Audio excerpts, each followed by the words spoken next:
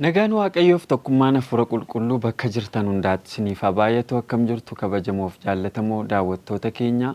Kun qophii roga jireenyaati. Qophii roga jireenyaatiin keessummaa addaa walitti fufiinsaan kutaa 1-2 jennee wajjiniin ittiin tarkaanfachaa jirru wajjin har'as deebinee dhufneerra. Eessa darbe keessatti sagantaa darban irratti Dr. Kabbadee Daaqaa Laaloo Sacheetii ka'anii amma Norweeyitti, Norweerraa amma Ingilizitti, Ingilizirraas gara Ameerikaarraa gara Keeniyaa jireenya gaa'ilaa, jireenya barnootaa, bu'aa bayii hundumaa walii wajjiniin ilaalaa turreetu waa'ee kitaabota barreessuu fi hiikuu isaaniirra geenye sababii yeroo nu danqiteef addaan kunne har'a deebinee dhufneerra. Achirraa kaanee itti fufna nu wajjin turaatii ittiin eebbifamaa. Dookter har'i kutaa 3ffaa sagantaa keenyaati. Sadarbe keessatti akkuma nama caqasuuf yaalee kitaabota hiikuu wajjin Dr. Kabbadeetu ka'aa seenaa jireenya isaanii keessaa tokko kana. Kanneen kanaan ol qabate irratti immoo kitaabota isin hiiktanii maxxansitanii wajjin ol qabatee chaalenjoonni baay'een wallaansoo baay'een turaniiru. Sanattamitti overkaamii godhanii kan jedhutu laalluu xiqqoo adda kunne mee seenaa sanas nu caqastaniitu har'a gaa waa'ee Adventistii Itoophiyaa kana keessa attamitti qubate kan jedhutti sin ceena. Mee jalqaba kitaaba gara 10ti kan maqaa nuu dhooftan 10 ol natti fakkaata. Yoomii ku Dr. Kabbadeen kana biyya ambaatti akka nuyi beennutti yeroon baay'ee qaaliidha akka hin dhagayettanii hin beeku. Biyya Itoophiyaa biyya yeroo rakkasaa keessan jiraadha. Yoomii kaniitu kitaabota kana hunda yoomii kanii attamittiin kun hundi danda'ame kan jedhu gaaffii kana nu edaatu. Garuu wal'aansoon kitaabota kana keessatti si mudatan maayini? Gimbii yeroon dhufu matsaafuma haaraa tokkoon fidee dhufa. Nabiyyuun gaaf tokko maallaan jedhee namichi kun yoom rafa naan jedhe. Ani waa tokko yoon jalqabee hamman fiixaan baasutti nagaan argadhu. Isumarran taa'ee hojjedha jechuudha. Yommuu matsaafa kana kitaaba kana hiikaa ture waraqata fudhadheen deema yoon dhaabadheen naman eegata illee tarree tokkoon hiika. Yeroo koo dabarsee waan hin taanetti ofumaa yeroo hin dabarsu. Galgala hammarra futtis guyyaas taanaan lafuma jirutti na duukaa jira. Hamma fixutti hin dhaabu jechuu kooti. Na lammata immoo biyya keenya keessumatti caafatti kitaaba afaan Oromootiin baay'een hin jiru. Dhalooti ammaa immoo isa kana dubbisuu jaallatu waan ta'eef karaan ittiin yoon akka hin yaadetti baree biyya kootiifan deebi'een hojjedha jedhee waadaa galee isan bahe hojjechuun iyyuu naa ta'uu didee naa qaqqabamuu didee. Karaa barreeffama. Isan Keeniyaa waggaa 7 dhaqee hojjedhes utuun addanaa hojjedhe ta'e natti tola ture. Isa booddee al tokko yeroo waldaan cufamee ture addanaati Addis Ababaadhaa cufamee waldaan mana keessatti namoonni kadhataa turan. Isa booddee yeroo tokko waldaan yeroo banamettiin ati nama giddu galeessaa warra haaraa dhufe si hin gargaartaa si hin barbaanna jedhanii diviizhiniinis jiisiinis baay'ee natti barreessanii jennaani barreessaa ta'ee dhufeen ture yuuneenii kanaaf Addis Ababaatiif jechuudha. Dhufee wanta ta'e irratti filannaa hundumaa geggeessinee fiildii hundumaa dhannee finnee Biraawunii wajjin Ameerikaatti deebinee mi'a keenya fudhannee dhufuudhaaf deebinee utuu jirru iimeelii naa ergan iimeelii naa argadhe maal jedhaa waa'ee kee xinnoo ishee waan rakkina argannee fi iddoo kee nama garuuraa barbaadaa jirraa naan jedhee naa caafe Paaster Mo'enzaan. Anu horii kadhataan jiru anu hojiirraan dhufe maal jedhe namichi hin jedhee ani waa'ee masaa'uun barree wanti sun yoo na ilaala ta'e rakkoon karaa kooti ta'e utuu natti himin akkamittiin nama iddoo buuseera jedha jedheen waan dhugaa natti hin fakkaanne. Mi'a koo gurguree hojii dhiiseen dhufe an addana. Booddee torban lama booddee iddoo kee nama buufneerraa naan jedhee naasaafe. Achuma. Mo'enzaan maali hojiin isaa yeroos? Hararitti pirezidaantiidha. Diviizhinii jechuudha. Innaa booddee gaafatan warri jiisiis maaliif waamte yoo rakkina qaba ta'ee maaliif isatti hin himnee dura isaa jennaan anootti mameeran see maaloo dha asii achi qabee anis hin dhufne yeroo hundaan lafa waaqayyo jedheen hojjedha jedheeni garaa koo kenneera jaara waaqayyoo miti ta'a ani ijoollee koos reefu manaa ba'u yeroo sana utuun addana dhufeera ta'ee isa ilmaa Keeniyaatti ergee ishee durbaa Pacific Unionitti ergee nu lachanas dhufuudhaaf turre. Jalqaba reefu manaa ba'u ijoollee ta'a. Kanaafi waaqayyo manatti na deebisuun ani jaalaluma rabbii jedheen fudhadhe malee ani hojiidhaaf dhufeera jechuu koota addanayyuu isaan hin hojjetiniifi. Kadhannaan keessanis ni An kadhannaa koo naa deebi'ee dheeni wanni ta'e garuu yeroo sana maal jedhanii yeroo hojiidhaaf gaafatan faqaada hojiif gaafatanii karaa adiraadhaa yoo galtan malee administreetarii taatanii dhufu namni alaa hin danda'u kan jedhu waraqata mootummaa biraa ture. Lammummaa biyya biraa argattaniittu jechuudha Oroos. Argadheera. Innaa egaa ergaa warri manaa koo dhuftee isheen achitti mana tamaarii dhattee achi keessa galee. Garuu ergasii Itoophiyaa dhufuu ani hin dhiifne akkas ta'e ofirra deebisan jedhee al tokko faranjii alaa fidee dongoroo deebifnee haaraa goone ijaarre. Hamma yoona waggaatti si'a lama yoo dhufuu baadhe si'a tokko waggaatti man dhufa. Dongoroodhaas mana tamaarii nan jajjabeessaa ammas mana tamaariis ijaaraan jira. Qilxukaarraatti amma tokko ijaarree finnee lishoodhuma isaa duwwaa tafe. Mana tamaarii laaloo sanas immoo jalqabsiiseera yoo nan fixa ta'ee waaqayyoon mana gargaara jedheen jira. Malee garaan koo asuma jira mana danda'ame asuma deddeebi'a namni maadhaxxaa maaloodha jedha ani garuu waaqayyoon waan hin abdachiiseef abdii sana hamma na danda'ame. Kakuu sana cabsuun barbaadu. Waaqayyoof haa galatu. Erga waa'ee dongoroo kaasuun keessanii namni yeroo baay'ee waa'een dongoroo yeroo ka'u Dookter Kabbadeef Miister Kun nama jedhamuuf ka'a. Maal waliin gootanii wantoonni isin achitti dabarsitan waan yaadattan yoo qabaattan? Egaan yeroo sana manuma barumsaati baheen dhufee barsiifne lamaan keenya kuni haadha manaaf ijoollee gimbiitti dhiisee ofiisaati achi taa'a. Mana ijaarrannee utuunni maragaminitti gallee aniifin.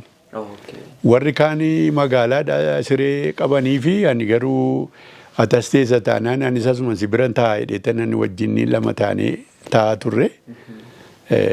Nama akkasii ture haadha manaaf ijoollee dhiisee dongoroo achitti yeroo dhufe namichi suni jalqaba yeroo dhufe laqamtee rooka amma kennan karaatti cabe. Mucaasaa baatee laqamtee ka'ee gimbii gale. Miilaan. Miister Kun. Gatiittiitti baatee. Misheenii nama akkasii ture. Ajaa'iba. Waaqayyoof haa galatu. Waan baay'ee dabarsitaniittu ammas waaqayyo isinitti fayyadamaa jira. Waa'ee kitaaba keenyaatti deebinu. Kitaaba maxxansuuf barreessuu kana keessatti egaa barreessaan deemaa jettanii kunuuf barumsa guddaadha. Dhalooti amma jiru barumsa irraa barata jedhee yaada. Maxxansa keessatti chaalenjoota adda addaa si mudataniiru. Attamitti irraa aantanii gara fuulduraatti maal wanti si gochuuf deemaa jirtan? Ani hamma naa danda'amee sammuun koo yaaduu danda'utti hiikuu ittuma fufa. Maalii fi matsaafii hafuuraa suni baay'eetu jira. Hiikuu sanattuman fufa. Waa'ee sanbata Itoophiyaan eegaa turte al tokko Kalifoorniyaa dhufanii interviiyuu na godhanii wanni irratti bahee ture isa saba series jedhu tokko jira tokko 5 mo'atam isa arfaffaarran jiraan interviiyuu na godhanii yeroo sana waa'ee sanbataa sakatta'uu jalqabeen ture barreessuudhaaf qorachaan ture amma isattis nan deebi'ee isas nan fixa jedheen jira. Amma sa waa'ee mishineerii kanan fixaa jira. Isatti aanee waa'ee sanbataa sana san jalqabeen fixa jedheen jira. Gara fuulduraattis matsaafa hafuuraa inumanii kaa'e ittuma fufaa manaa danda'ama. Okay. Egaa gara kitaabotaatti yaada waa'ee kitaabaa kana haa xumurruuti gara waa'ee hundeeffama waldaa Adventistii Itoophiyaa wajjin wal qabatee yeroo baay'ee waa'ee kitaabaas wanta dhaamtan itti dabaltanii dhaamuu hin dandeessu. Adventistii Itoophiyaa fi Toopenbergiin wal bira qabanii kaasu namoonni maal yaadattu waa'ee hundeeffamuu waldaa Adventistii biyya Itoophiyaa keessatti seenuu isaatiin wajjin wal qabatee sababa yeroo keenyaa fi waan baay'ee irra utaalaa jira waan isin gaafadhu baay'een qaba garuu yeroon keenya limited waan ta'eef Itoophiyaa keessatti Adventistiin akkuma kitaaba keessanii kana wal'aansoo baay'ee keessa waan darbe natti fakkaata kitaabota tokko ilaaluuf yaale akka kitaabni The Origin and the History of Ethiopian Adventist mo Adventist kan jedhu walumaa gala isaarratti yaadota karaa kaabaa kana yeroo seenirraa kaasee waa'ee lola xaaliyaanii jinis wal qabatee chaalenjoota baay'ee ture yaa'u kitaabi keessanis wal'aansoo akkasii keessa darbaa jira natti fakkaata. Kanaan wal qabatee Toopenbergiin kaasu Toopenberg maali Adventistii Itoophiyaatii fi isin maal yaadattu waan sanaa wajjin wal qabatee ministirii masana nu yaadachiisa. Ani gaani waa'een Toopenberg sa'aatii 3 himeen fixan. Ammoo yeroo nu ayyametti maal jechaan jira warra amma kana dhaga'anii kitaabichi ba'aa jira. Funaanee fixeera wanta waa'ee isaa warra tsaafame hamma jiru funaanee fixeera. Na kanaafi kitaabichi ba'aa akka kanaattis takka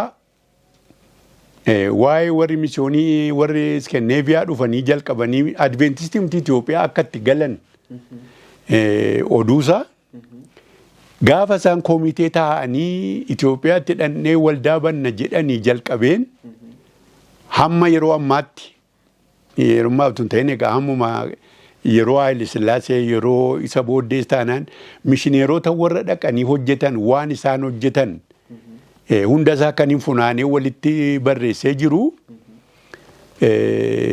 isa oduu kana dhageenye abalurraa yookiin immoo kana nabbabne isa abaluu tsaafe jedhan utuu hin ta'ini mataan isaanii yeroo addana jiran waan irra ga'e waan hojjetan wanta isaan mudate yeroo warri mishineerii gaangoo wajjin wal saamanii corroqa bishaan yaa'u dhuganii achiiti bishaan akkas mi'aawu sin argine waan akkas dheebuu nama baasu sin argine utuu jeermiin nama jeessa ta'eeti oduu kana sinitti himuu hin dandeenyu jedhanii waan tsaafantu jira. Kaan gaangeedhaan utuu deemanii gaangeen lama iddoo wal bira darbuu hin dandeenye bira yeroo ga'anii tokko gufattee dhagaa irratti duddi ishee cabee yoo jedhu ba'aan dudda isheerraa faca'ee tamsa'ee nyaati isaanii wayyaan isaanii qodaan isaanii bishaan keessatti gannamee naachi irratti wal saamu waan tsaafantu jira. Rakkoo isaanirra ga'e waan hojjetan isa gaariis isa hamaarra ga'es waan barreessan hundumaan dijitaal laayibrarii keessaa funaanee argee walitti qabe. Sanyiin kanaa barreeffamees hin jiru. Funaanamee hin jiru. Egaa isaan barreessaniiru jechuudha. Kanaafi kitaaba sanaa Ingiliffaan hin barreessaa jira. Afaan Amaariñaattis afaan Oromoottis booddee hiikamuun hin danda'amaa hundumtuun gaa isuma yeroo sanaaf dhiibna jechuudha. Yeroo isaa hundubbatu. Eeyyee amma jalqabee waan xinnoo dubbachuuf yeroo baay'ee hin jiru waan ta'eef. So Dr. Kabbadeen yeroo ammamii keessatti haa eegnu ree waa'ee kitaaba seenaa history adventistii Itoophiyaa kana tilmaamumaaf jechuudha dhalooti. Ani waanan digital library keessa jiru funaane waan na hafe hin jiru walitti qabeera. Isuma qaqqajeeshee barreessamee editii ta'ee ba'uudha malee egaa inni yeroo keessa booddee immoo horiin barbaadamee bu'atamee jedhu ba'a. Isinii isa qofaa solitti hin qabdanii mammaaksa maanni oduu durii wantoota nama bashannansiisas kanas kolleektii gootu maalitti gootu? Isa ijoollummaan qabee tokkuma tokkoon inni barreessaa jira walitti qabee waan baay'eetu jira. Amma egaani aduunis gara dhiyaatti deemaa jirti kanaaf utuun isaaraan jalqabiin isa kanaan dura taa'amee kuufamee jiruun irrumaa jalaan akkuma akka danda'ameen kitaaba isaa baasaa jira. Waaqayyoof haa galatu. Hundi isaayyuu dhalootaaf waan ergaa dabarsuudha jedhee yaada. Walaloo soo walaltuudhaan mee gara dhumaatti fidaa irraa yaada keenya sagantaa keenya kana goolabuu fi walaloosi walaltuu jechuun dhagaa durii waan mammaaksa fuudhaaf heerumaa wajjin wal qabatus jireenya namaas walaloo yeroo si waa yaadattan qabdu. Mammaaksa gara kuma baay'een barreessee qabaa isas kitaaba isaa nan baasa. Walaloos akkasuma jira wanta akka dhibboofaa wanta akka adda addaa baay'eetu jira. Isas egaa akkuma tarree isaatiin inni deema booddeetti hin ba'a. Yeroon kifilii ja'a ture waa'ee nama tokko maatii tokko naannooma keenya warra jiranii barreesseen ture achi keessaati. Waanuma baay'ee namatti toltu tokko barreessee dubbiinsaa astamaarii bira ga'ee barsiisaanii gimbiidhaa fi teeppiitti gashinaa hidhee geessee ijoolleen kolfaaf yeroon dhibee ani danda'ee dubbisee hin finne kaa'i booddee isaa hafe teeppiitti gashinaa jennaan achumatti hin dhiisee astamaarii baay'ee waan sodaannuu fi deebisee naa kennaa hidheen gaafannee barsiisaanis naan deebifnee achumaan hafe. Ani immoo koppii isaan qabuun ture ishee keessaa waanan yaadadhu tokko muka dheeraa jira walakkaa dhidheessaa kabbeen magaala godeessaa waanan jedhee naannoo deessaa hidhee jalqabe. Rakkina isaanii baay'ee rakkatan inni waa'ee maatii tokkoo barreesse maatii naannoo keenya. Yeroo baay'ee yeroo mana keenya dhufan illee yeroo mana argan mee ishee wantatti sana nu dubbisi jedhu isaanumaafan dubbisaa isaanumatti kolfa waan nama gaduraa fakkaata. Akka waa'ee isaanii ta'e. Akka waa'ee isaanii ta'an hin beekan. Hin beekan innaa booddee intala butanii jennaan abbaan baay'ee aaree hin abaaree isan abaarsa isaa sana baay'ee hin barreesse. Isan abaare sana irratti isheen immoo ofii isheeti karaa ishee maal jetti isheen immoo rakkina ishee sitti himti. Inni maal jedhaanii isheen maal jetti yeroo mana kee jirus hin banne safuusaa araqee koo baaseen bitee ofirra buusa. Maal fudhadheen bahe waan mana kee keessaa maal naa galaaftanis abaarsa maleessaa jette. Hin abaare duwwaa malee waan manaa fudhattee hin baane waan ta'eef inni immoo maan si abaaruu didannatoo si guddisee akka saree dhaltuu olii gad luffisee minaan nattaphannaan birrii shan luqqisee jedhe.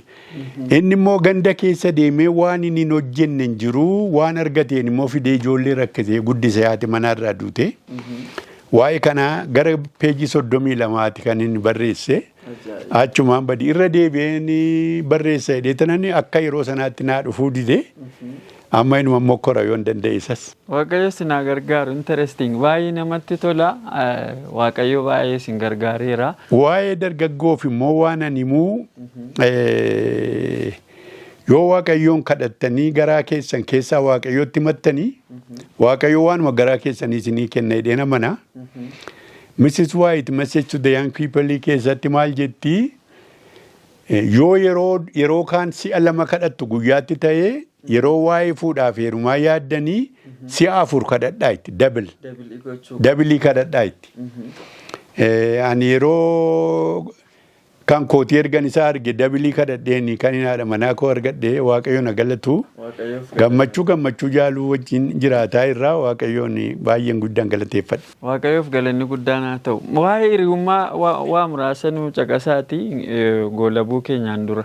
Maqaa namoota baay'ee nu caqasaa turtanii Paaster Nagaroo namoota wajjiniin dabarsitan kan akka Paaster Fiqaaduu Olaanaa, Paaster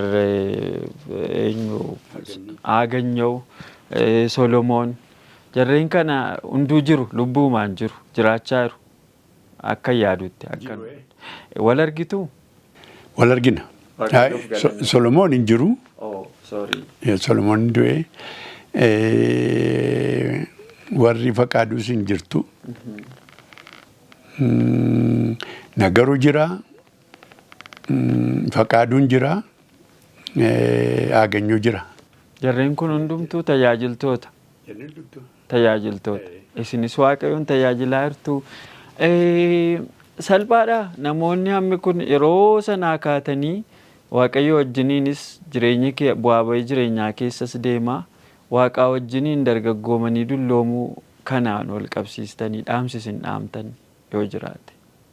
Namoonni kun hunduu amma beekutti kan akka Paaster Fiqaaduu fa'aa namoota kaan nan beekaa kaan maqaan hin beekaa tajaajilaa ma jiru ayyaanomuudha akka yaadutti. Faqaaduunis turataa bahee geggeessaa jira. Hojjetaa jira. Aganyoos hojjetaa jira turataa bahee malee. Yaa dhugaadha.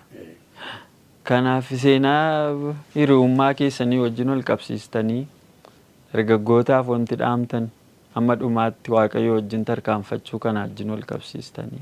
Tokko waanan dargaggootaaf himu nami wal gowwoomsa malee waaqayyoon gowwoomsuu hin danda'u. Waaqayyo immoo waan itti matan hin irraanfatu. Kennuudhaafis waan nami kadhate gochuudhaafis humna qabaa dandeettii hundumaa qaba. Kanaaf yoo nuyi gara booddee deebine yoo nuyi dadhaboota taane yoo nuyi irraa galagalle malee waaqayyoo waan nu abdachiise hundumaa nu raawwata. Kanaaf amantii keenyatti jabaachuun nurra jira. Waaqayyoo waan kadhannu beekuutu nurra jira. Isa kadhanne sana immoo akka waan argattaniitti amanaa jedhama. Matsaaf Qudusii keessaa maal jedhaa kadhannaa kee utuuti kadhatteen fixinan deebisa jedha waaqayyo. Yoo hin eede nun barbaachisu iyyuu dhiisee jechuudha. Yoo eegeedhe yeroo sana nuyi hojiirra oolchuudhaaf hin qophoofne iyyuu eegeedha. Yoo amma nu barbaachisa ammoo nu deebisa. Daani'el yeroo inni kadhate afaan leencaa dura dhaabatee yeroo inni garaasaa waaqayyotti kadhatu yeruma sana barbaachisaa iyyuu afaansaa qollofe mini. Leencichi nyaataaf kadhata waaqayyo immoo afaansaa qollofe akka inni nyaanneef. Ijoolleen warri abiddatti kufan suni abidda keessa yeroo deeman waaqayyo namatana hin deemanii waaqayyo yeroo rakkina isaanii daarii ibiddaa dhaabate miti isaan bira dhaabate. Abidda keessa wajjin hin deeme jechuudha. Kanaaf waaqayyo waan inni gochuu hin dandeenye hin jiru. Yoo nu barbaachisa ta'e yeruma sana nu deebisa. Yoo eegaa jedhee nuti hin qophoofne yeroo isaa isatu beeka malee nu hin beeknu. Waan amma nu barbaachisa ta'e immoo ammuma nu deebisuu danda'a waaqayyo. Kanaaf an kana garuma koo guutuun amana. Kanaaf yoo karaa keenya dadhabnee irraa deebine kufne malee waaqayyo waanumti inni itti hir'atee yaada isaa geddaree hamminatti dabarsee nu kennu hin jiru. Kana kan hin dhaamu.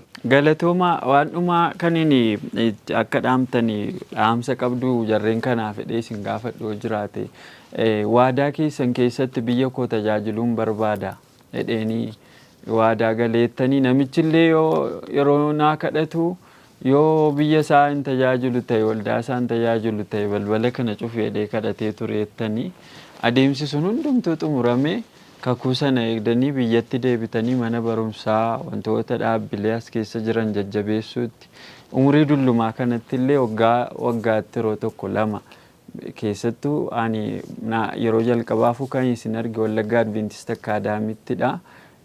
Achi deddeebitanii wantoota kana lafanirra jiru ilaaluun barmaata keessan ta'ee biyya keessan tajaajilaa jirtu.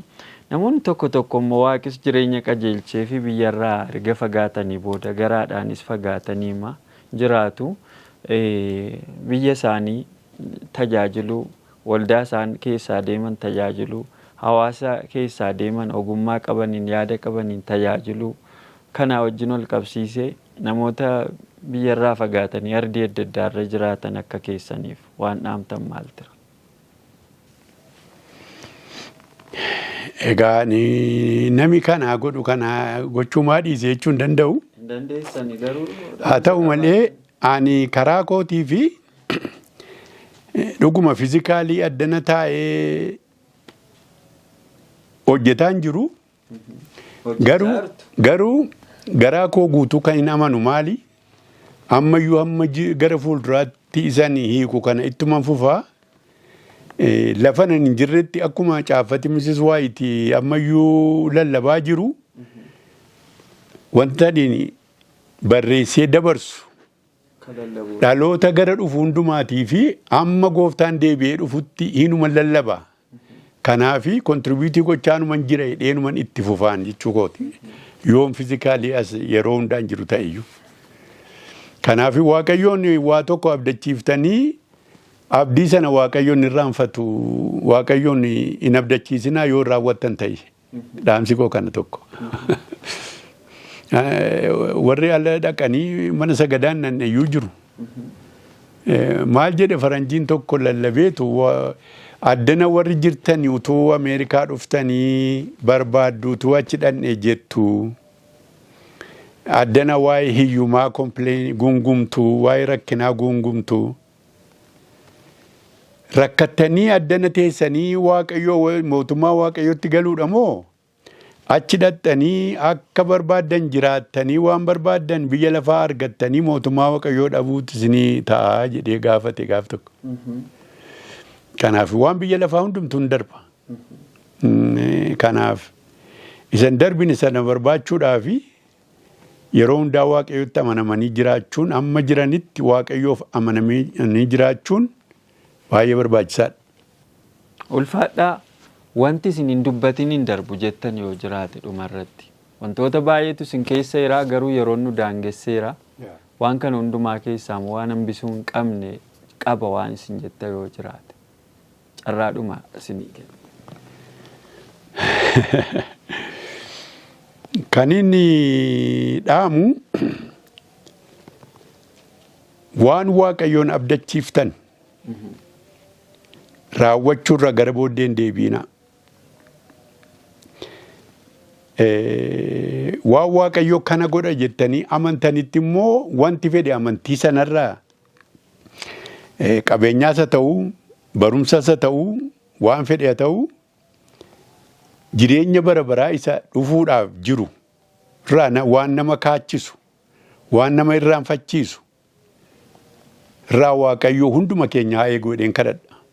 Waaqayyo isin haa eebbisu. Ulfaadhaa hedduu isin galateeffannaa.